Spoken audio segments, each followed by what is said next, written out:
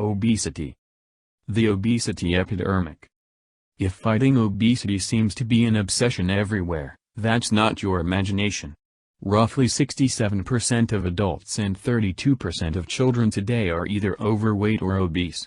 We want to bring weight down and avoid weight gain not because our culture idealizes thinness as an aesthetic ideal, but because obesity contributes to the incidence of the other conditions that concern us most: cancer, heart disease, diabetes, and premature aging.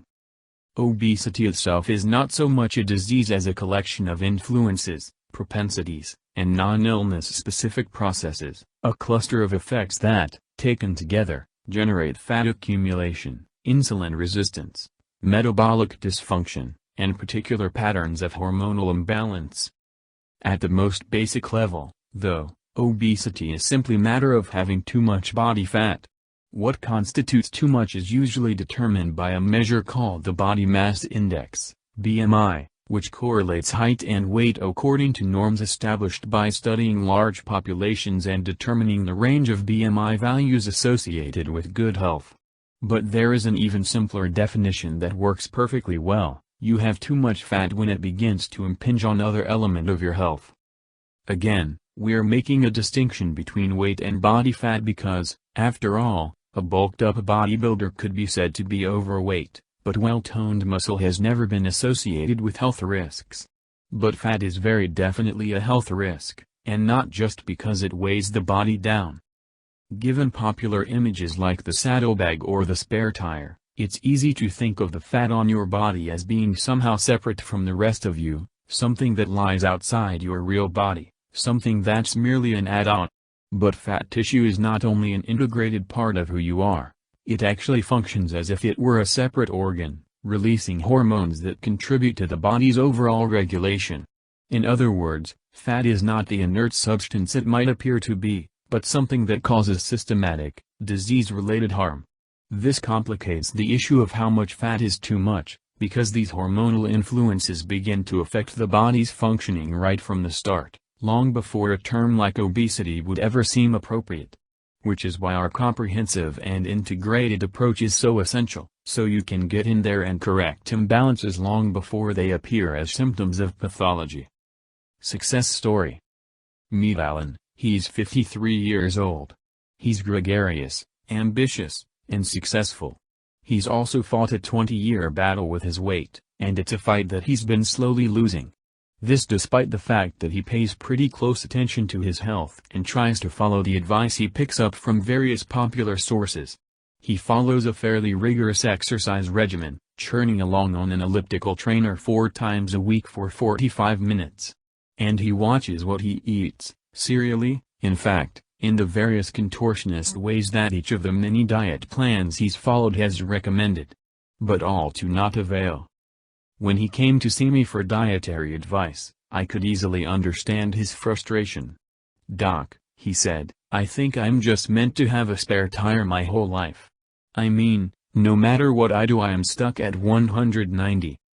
In my practice, I see this all the time, patients who try their best, but for whom the standard diet and exercise prescriptions only trim a few pounds that are usually packed right back on." I told Alan, it's never too late to bring back balance. After all, he did not lack motivation or intelligence. He simply lacked the proper mix of nutrients required for healthy gene expression.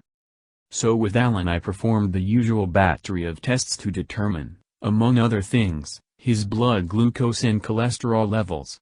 The test results revealed that Alan was vulnerable to 3 quite serious chronic diseases. The endocrine workup showed that he was not a diabetic, but he was in danger of developing diabetes because his hemoglobin A1c, HbA1c, value of 6.1%, a snapshot view of blood sugar levels in a 6 to 12-week period, was squarely within the pre-diabetic range, which is from 5.7% to 6.4%. Alan's risk of stroke and cardiovascular disease was also slightly elevated. We determined this by testing his C-reactive protein, CRP, a marker of inflammation strongly linked to these ills, as well as to diabetes. Whereas a CPR level less than 1.0 mg per liter is low risk, Alan's was high, at 3.2 milligrams. Given these vulnerabilities, as well as his tendency to put on weight, Alan needed a dramatic turnaround. Happily, we were able to put him on the right path with just a few simple changes. And you know what? After 3 months of diligent effort, Alan was at his ideal body weight of 165 pounds and his risk of diabetes, stroke, and cardiovascular disease was greatly reduced. While much of the advice I gave him would apply to most patients, that is, follow the rule of 1/3, consume a variety of fruits and vegetables daily, get adequate sleep and physical activity, it's important to recognize that the supplements I suggested were tailored just for him. Let me emphasize once again that, before starting any supplements, making any dietary changes, or implementing an exercise routine yourself, you should discuss the specifics with your medical doctor. With that caveat in mind, here's what I recommended for Alan as his individualized health plan for targeting obesity. Stop eating a skewed diet. Alan had tried just about everything. By the time he came to see me he was eating a vegan diet, and it still wasn't helping. To make matters worse, his restrictions on meat and dairy had left him with several nutritional deficiencies, including protein, iron and omega-3 fats. So, I advised him to take a more moderate path and to incorporate the rule of 1/3, to even out his intake of protein, carbs, and fat. This balanced approach avoids the perils of macronutrient-obsessed eating plans, which have unintended consequences. A high-carb diet can lead to insulin insensitivity, a high-fat diet lacks important nutrients and fiber, and a high-protein diet leads to the consumption of way too many saturated fats. I gave Alan the same recommendation that I offer in the basic plan. The most sensible path is to avoid specific regimens or fad diets and just focus on eating nutritious foods from a sustainably wide range of choices. Stay active but mix it up. Physical activity is essential to good health, but its greatest contribution to maintaining proper weight is the way it revs up your metabolism. All the time Alan put in on the elliptical trainer was admirable, but I suggested that he move to a more circuit training style. 8 minutes on either the elliptical trainer or rowing machine followed by 3 10-minute cycles of toning, free weights, and weight machines. By working out in shorter intervals with increasing intensity he'd burn more calories and build endurance, and by varying his routine he'd make his workouts more enjoyable. Go green. I advised Alan to consume fresh, raw vegetables with each meal and to add fruit to his diet each day. These foods are packed with various nutrients and phytochemicals that help you maintain or achieve a healthy weight. I told Alan to make it a habit to eat carrot, beet, or celery slices after each meal. These provide enzymes and fiber, digested by bacteria in the gut, that ultimately activate the nerve cells in the brain to signal that you are full.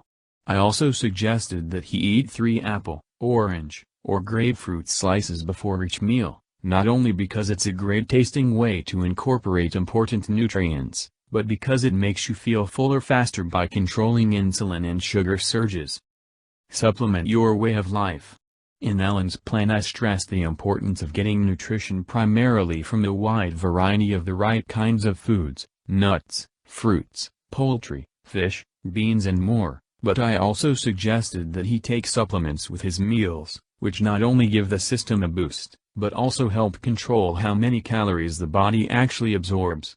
The specific supplements I suggested to Alan were glucomannan, 665 mg, 1 before each meal. Glucomannan slows down stomach emptying and prevents rapid carbohydrate absorption, which helps to avoid the fluctuations in blood sugar levels associated with diabetes. Garcinia, 1.33 grams, twice daily. A plant commonly found in Asia, Garcinia amplifies leptin, a hormone vital to the control of appetite. Berberine, 200 mg, twice daily. Used in traditional Chinese medicine, berberine is an herb that fights fat, lowering the body's triglycerides and LDLs, the bad form of cholesterol, and by regulating fatty acid release to prevent fat buildup in the body. CLA-750 mg, twice daily. Similarly, CLA has been shown to reduce body fat and stabilize LDL and triglycerides. Phaseolus vulgaris extract, 445 mg, one before each meal. This extract from common beans blocks enzymatic breakdown of carbs so they are not absorbed into the bloodstream as glucose. Green tea, 2-3 cups daily. Green tea contains epicallicatocyangalate, EGCG, which has been shown in studies to help people lose weight and keep it off by increasing the body's basic metabolic rate, thereby burning more calories. It also blocks the enzymatic breakdown of fatty foods. Again, there are not blanket recommendations. Supplements need to be chosen in consultation with your physician. By faithfully following this plan, Alan was not only able to reach his optimal weight but enjoy the best health of his life. And this is the most vital consideration of all. Being in good health rather than just being in shape includes being released from all the stress, anxiety, compulsion, fad dieting, and sense of failure that so often accompanies the struggle against obesity. The best way to win the battle against the obesity is to never let those stores of fat get established in the first place. Once established, fat stores create a vicious and self-perpetuating cycle. That's largely because fat accumulation is an issue of energy balance. The fat stored in the body, the kind that leads to obesity, is called adipose tissue. It is different from the kinds of fats you eat, which are broken down by digestion and may or may not ultimately become stored in your body. It also helps to remember that adipose tissue has its purpose, which is to serve as a very efficient means of compressing and storing energy. Hibernating bears, migrating whales, incubating penguins, in each of these cases fat stores are what sustain the animals during prolonged periods of fasting. And during the long history of our species, the ability to store fat as an energy reserve helped our ancient ancestors survive hard times when food was scarce. For humans living in the developed world today, where starvation is thankfully not a perennial threat, it is all too easy for this natural energy storing system to get out of whack. When we take in more food than we need for the body's immediate functioning, the excess energy supplied by that food gets stored away for future use, mainly as adipose tissue. When this occurs too frequently, the result is obesity. This simple explanation makes the solution to obesity sound equally simple: just keep the balance even food intake and the body's energy demands, or perhaps tilted more toward immediate use rather than storage. But as we all know, keeping obesity in check is not clearly so simple in daily practice. The problem is that our consumption of food, including overconsumption, does not occur in a vacuum. Eating occurs not only within a complex psychological and social context, but also within a series of biochemical feedback loops. Certain kinds of foods, certain patterns of eating, actually prompt us to want to overeat. And once overeating causes adipose tissue to begin to accumulate, it changes the body's system for regulating the storage fat going forward. On the other side of the energy equation, issues arise about the signals that regulate how many calories we feel like we want to take in, and the way adipose tissue affects the rate at which we can burn off more of the fat stores we already have. To find the solution that really works, we need to examine how adipose tissue operates, its cycle of birth and death, what it needs to survive, and how we can influence or alter these processes. In other words, what are the best ways to burn up fat energy? How do you kill fat cells? Imagine it's been only an hour since your last big meal and you're feeling ravenous again. You know you shouldn't need to eat, maybe you had a big bowl of cereal for breakfast or a hamburger and fries for lunch, but stomach is still saying feed me.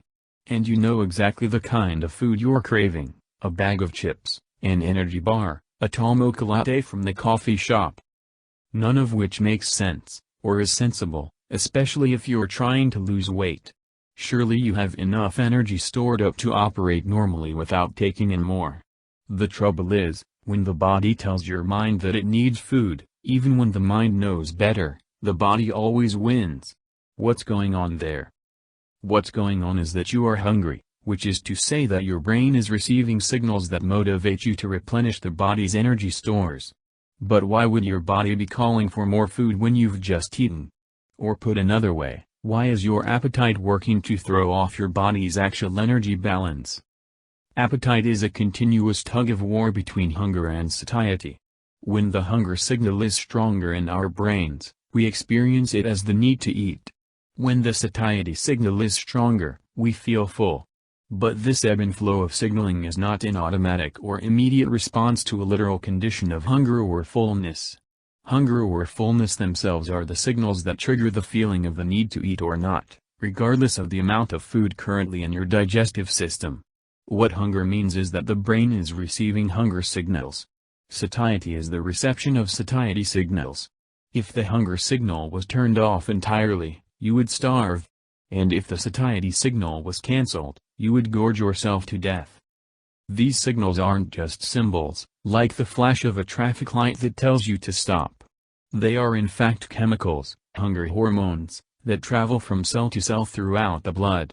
Structurally, they are just like any other hormones, like the insulin that regulates blood sugar levels or the serotonin that influences mood and sleep, and also appetite. Their ebb and flow is one current within the great ocean of hormones that is continuously circulating through the body's many systems and thus allowing its various parts to communicate with one another. The illusions of hunger. The crucial point to understand is that these hormone signals are strongly related to, but not identical to, the body's actual energy needs. That is, the signaling can be out of sync with the body's current energy balance. The body needs to draw energy from its stores or to eat when those stores run low, but its only way of knowing which source is appropriate is through the signals of its hormones. The discrepancy between actual energy needs and the hormonal signals represent the needs is why hunger can be extremely variable, and why things like medications and mood can so strongly affect appetite. Depression, for example, can interfere with the hunger hormones, making you eat less or more than you would otherwise. And this brings us to the key issue in thinking about obesity. One of the findings of recent science is that obesity itself can be considered a manifestation of out-of-sync hormonal signaling. The obese person has more than sufficient energy stored in his or her adipose tissue. But the signaling that represents the energy condition to the brain may still be sane, hunger. Happily, this opens up an avenue for ecogenetic intervention. If we can manipulate the signaling in the direction we choose, so that our brain's perception of our need to eat is more in line with our actual needs, we can hope to steer our body's tendency to accumulate too much fat back toward a healthier balance. Ghrelin and leptin. Two of the primary hormones involved in this dance of appetite are ghrelin, which signals feelings of hunger, and leptin, which signals feelings of fullness. But either of these signals can be knocked out of whack. Ghrelin is secreted by cells in the stomach and the pancreas. It moves through the blood to the hypothalamus in the brain, where it triggers the feeling that our energy stores are low and that we need to eat. Ghrelin levels increase in the periods between meals, especially during nighttime sleep, and drop immediately after eating. Ghrelin also increases growth hormone and cortisol levels, additional hormones associated with increased food intake. One study looked at how the timing of food consumption might affect ghrelin. One researchers used mice that are active at night and separate these nocturnal mice into two groups. They fed the first group a high-fat diet provided the food only at night, when the mice usually eat. They fed the second group the same high-fat diet but made the food available both day and night. Despite having the same caloric intake, the group that was allowed to feed during the day, which is to say, outside their normal feeding hours, gained more weight. The exact mechanism is not known, but the fact that the same caloric intake led to greater weight gain in mice simply because it was consumed at odd hours suggests one possible culprit for human weight gain. We humans often eat at odd hours, when we're stressed, depressed, or lonely, and it may be that this dysregulated eating dysregulates ghrelin's ability to serve as a barometer for energy stores and to send the signal for more intake, also known as appetite, at the right moment. The main culprit in upsetting leptin's primary function, which is to signal fullness and satiety, seems to be an excess supply of the hormone, which leads to insensitivity. Leptin is produced by our fat tissues, with the fat cells releasing the hormone at a fairly constant rate. This means that the more fat a person carries, the more leptin will be produced. In people with a normal level of body fat, this is a self-correcting system, If the number of the fat cells increases, so does leptin production, which inhibits appetite, thereby keeping fat stores at a constant level. But for those with high levels of body fat, and thus great numbers of fat cells churning out leptin, a chronic excess of the hormone overloads the receptors in the brain, which reduces their sensitivity so that they no longer respond to normal signaling level. This, unfortunately, leads to a negative feedback loop in which increasing leptin insensitivity leads to an increase in appetite, which turn incites more feeding, more fat accumulation, and more leptin production in a self-destructive cycle. Gene therapy fact: green coffee. Green coffee, as you may know, is unroasted coffee, which studies have shown helps to control impaired glucose regulation in the body. You may also know that poor blood sugar levels lead to conditions such as type 2 diabetes, obesity and metabolic syndrome, a condition marked by high blood pressure, obesity, elevated blood sugar, and abnormal cholesterol. Green coffee bean extract contains phenolic substances, such as chlorogenic acid and ferulic acid, that enhance weight loss. These antioxidant compounds upregulate,